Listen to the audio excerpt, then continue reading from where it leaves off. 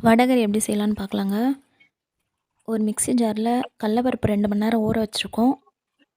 ஊற வச்ச கடலப்பருப்பை மிக்சியில் போட்டுக்கோங்க.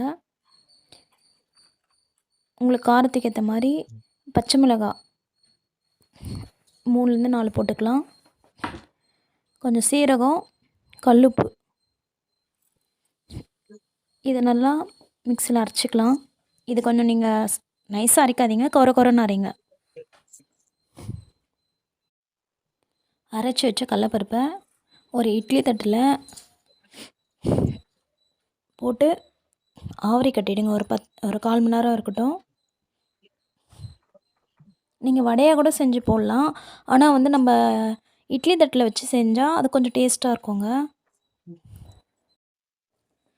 1/4 மணி நேரம் ஆகிடுச்சுங்க, வெந்துடுச்சு, எடுத்துடலாம்.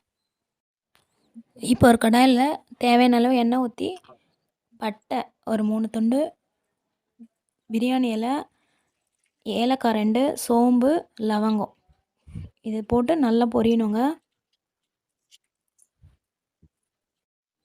வெங்காயம் போட்டு நல்லா வதக்கணுங்க, ரெட்டிஷாக வரணும்.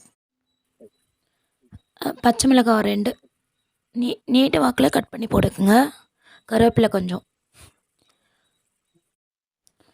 இந்த அளவுக்கு வதங்கினா போதும். இஞ்சி பூண்டு பேஸ்ட் ஒரு ஸ்பூன் போட்டுக்குங்க. நல்லா வதங்கின உடனே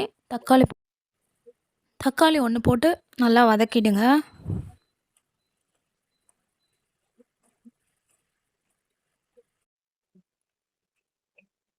நல்லா வதங்கிடுச்சு.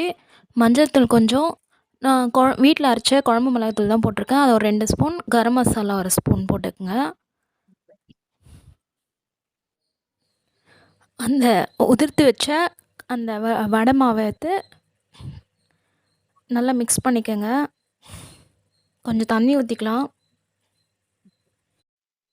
அவ்வளோதாங்க. நீங்கள் வேணுன்ற அளவுக்கு தண்ணி ஊற்றி கொஞ்சம் கொதி வந்தோடனே வேணும்னா தேங்காய் பால் கொஞ்சம் மிக்ஸ் பண்ணிக்கோங்க. தேங்காய் பால் ஊற்றிட்டு ஒரு 2 நிமிஷம் கொதிச்சா போதும். அவ்வளோதாங்க. தேங்க்யூ.